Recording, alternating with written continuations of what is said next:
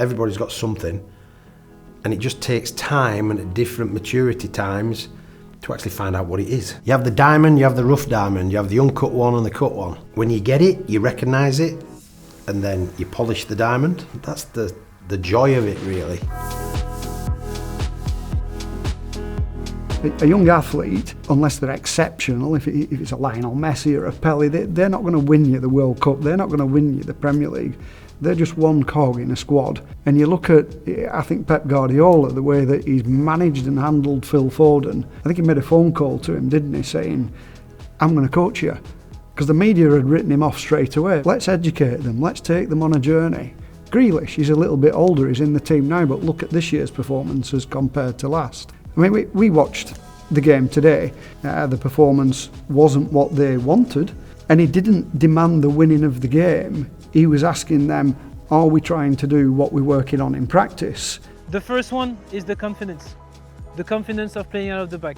The second one is how quickly we're getting out of the back. How do we solve the balls? How do we want to play from the first one to the second two? What is it that we're trying to do? What is an elite mentality, and how do you develop an elite mentality? Obviously, you're open-minded, you absorb information, you use that information, you accept failure to some degree, but then you push the boundaries to restrict that failure.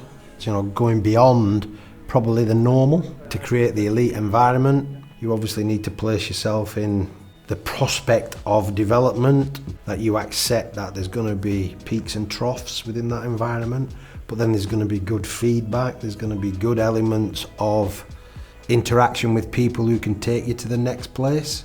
Individually now you can think about, how did you play? Could I have done something better? Did I do what was expected of me, tactically and technically? But then as a group, defenders, midfield players, did we do our jobs? I want to do this, I want to achieve this, what they have to put in to get there, and when they get there, the satisfaction of that. When you're in that environment, you know it's there.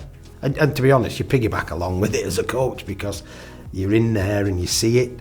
There's a lot of clubs in a small area probably trying to do the same things, and don't be precious about it, this is grassroots. Every now and again, even we have little moments where we get a little something from them that we go, wow, yeah, I've been doing that for 10 years. It hasn't worked for me, but it's working for them. That's the sharing ultimately is massive at grassroots level. It's all about developing the individual. I'm not precious enough to keep it all to myself. I don't want to. That's why I like the grassroots environment.